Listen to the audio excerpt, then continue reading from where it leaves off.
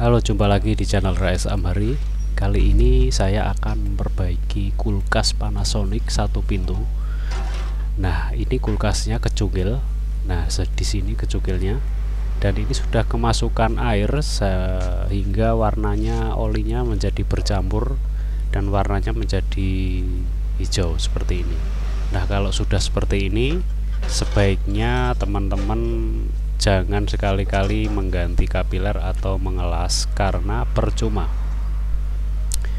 Karena kita harus mengganti kapiler, dan ini model kapilernya ini modelnya paten, dicepit seperti itu.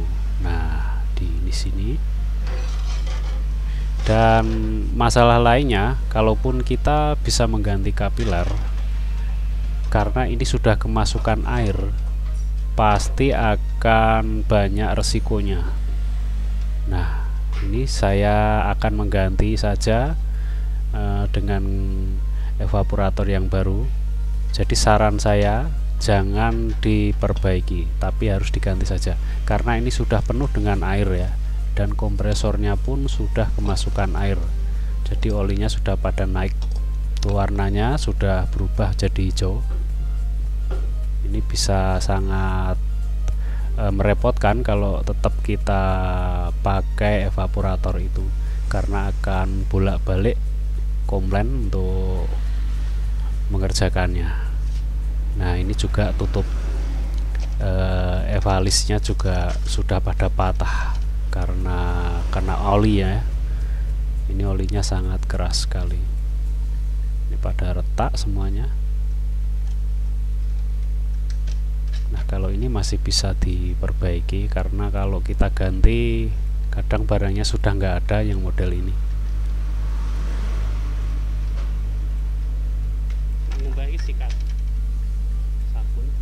Jadi ini harus disikat dengan sabun. Oke, untuk membersihkan kondensornya saya gunakan ini R11 untuk membilas, untuk blasing sistem yang bagian kondensor harus dibersihkan. Dan karena saya tidak punya nitrogen, jadi saya gunakan gas R22 atau R134, gas AC ya, untuk membersihkan pipa-pipa yang ada di sistem atau di kondensornya. Oke, ini kita ganti juga filternya.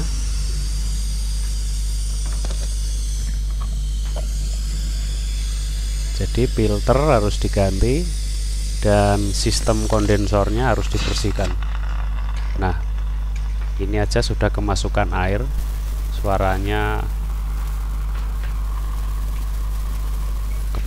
kena panas jadi seperti itu.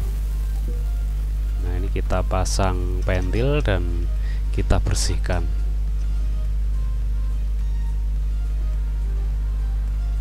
Ini kita gunakan R11. Ini wajib punya ya untuk teman-teman bengkel. Untuk memperbaiki kulkas yang kecukil harus punya ini R11.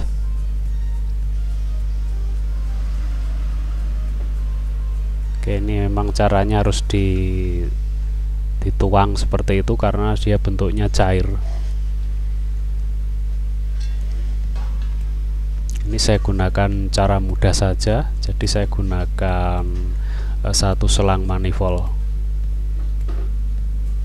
karena sayang sekali kalau menggunakan manifold itu kalau kena R11 itu selangnya sayang ya, nanti cepat keras karena R11 itu merusak ya. Nah, ini kita semprot-semprot, saya tekan menggunakan gas AC atau R11, R22 dengan freon R22 atau dengan R32 sama aja, hanya untuk membersihkan atau membilas dan mendorong sisa-sisa air yang ada di kondensornya.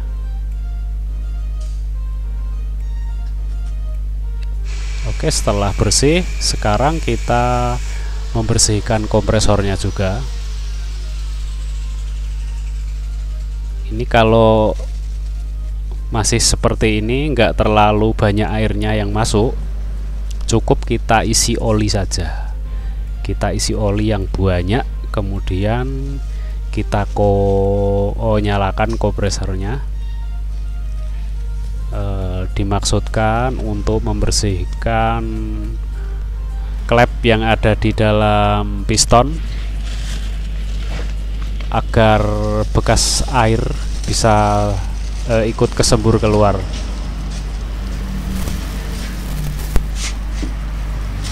Jadi ini sengaja dimasukkan ke kompresor, ke piston olinya. Ini memang saya isi banyak sekali. Nah seperti ini. Kemudian kita pasang soketnya. Kita goyang-goyang dulu biar sisa-sisa air yang ada di dalam itu ikut larut dengan oli.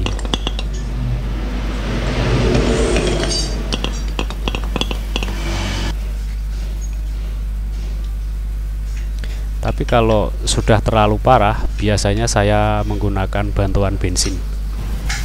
Tapi harus hati-hati karena itu adalah bensin yang mudah terbakar. Nah ini kita colokkan. Oke, ampernya bagus. Tes tekanannya juga masih oke. Oke, kemudian saya tuang seperti ini dengan kondisi oli yang penuh tadi. Nah ini biar menyembur ke luar lewat pipa tekan. Ini olinya kurang banyak tadi, jadi agak sulit.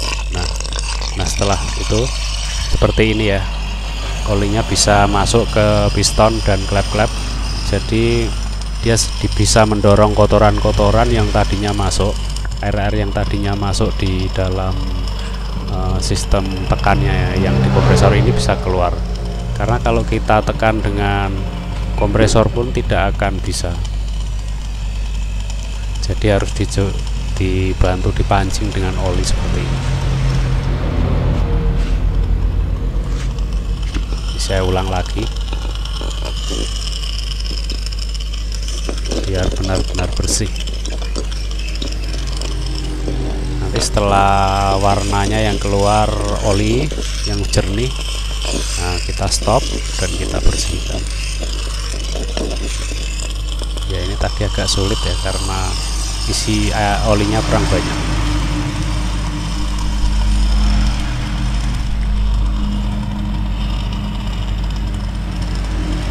Oke, ini sepertinya sudah bersih, jadi kita diamkan dulu biar menyala sampai sisa-sisa air olinya bersih. Nah tadi olinya sudah saya buang dan saya ganti dengan yang baru.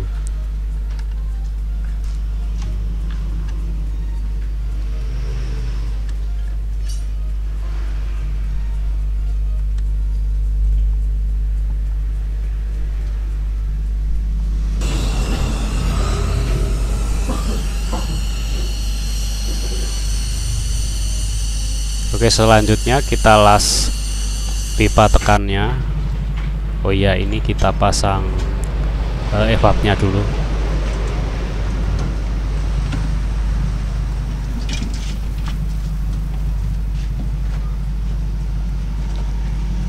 Jadi yang model seperti ini langsung evapnya plus pipa dan kapiler itu hanya merek Panasonic seperti ini ya.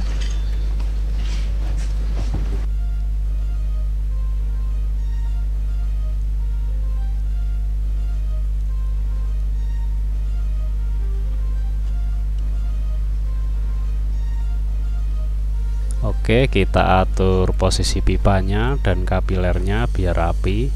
Kemudian kita las. Nah, tip untuk mengelas kapiler sebaiknya dilas yang ujung kapiler dulu, baru kemudian yang di belakang filter. Karena kalau kita las yang di belakang filter dulu, nanti bagian ujung yang kapiler ini kita las biasanya agak repot. Karena ada tekanan-tekanan udara yang dari filter itu nanti mengganggu, nggak bisa langsung pengelasannya nggak bisa langsung padat itu, tapi dia kadang ada gelembung dan itu rawan nanti bocor.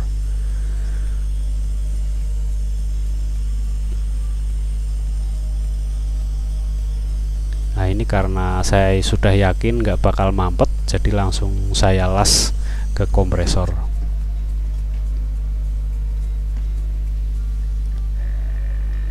Dan jangan lupa kita vakum sebelum kita isi freonnya.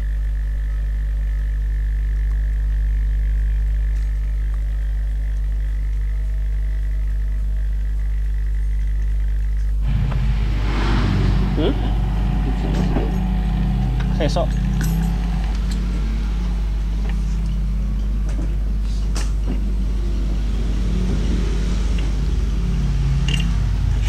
nah, sebelum kita isi freon, kita isikan metil dulu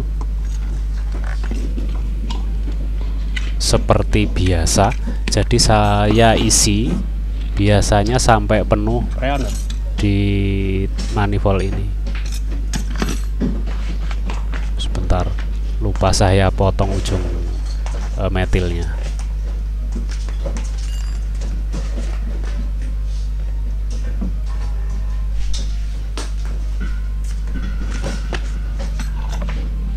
Oke, kita masukkan metilnya sampai penuh, nggak ada takaran, saya cuma kira-kira seperti itu, seperti biasanya.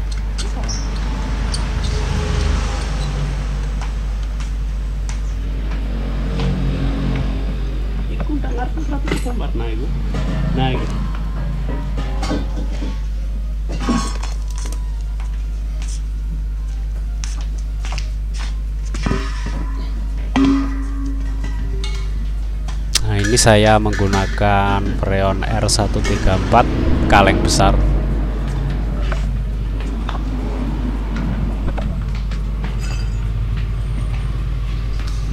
Nah saat posisi mati ini saya langsung isi dulu, tekanan sekitar 70.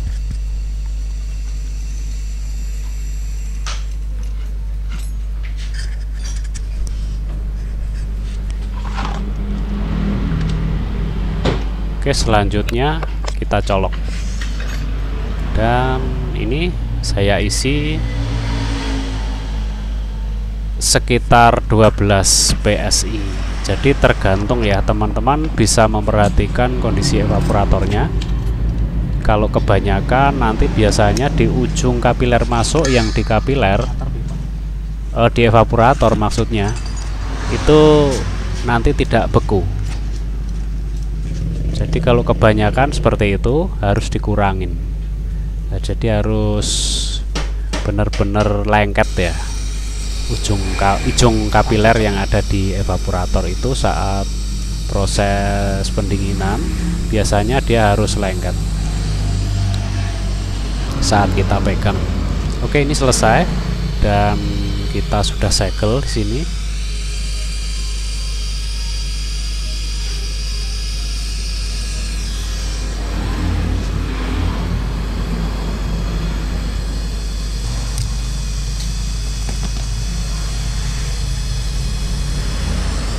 Biar kuat kita tambah.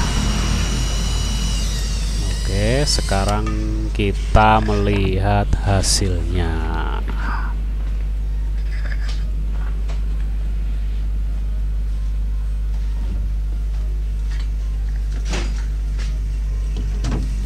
Nah, ini bisa dirasakan sudah agak lengket, di atas juga lengket. Jadi teman-teman kalau mau melakukan segel harus sudah rata. Oke, terima kasih sudah menonton video ini. Sampai jumpa di tutorial servis yang akan datang. Salam.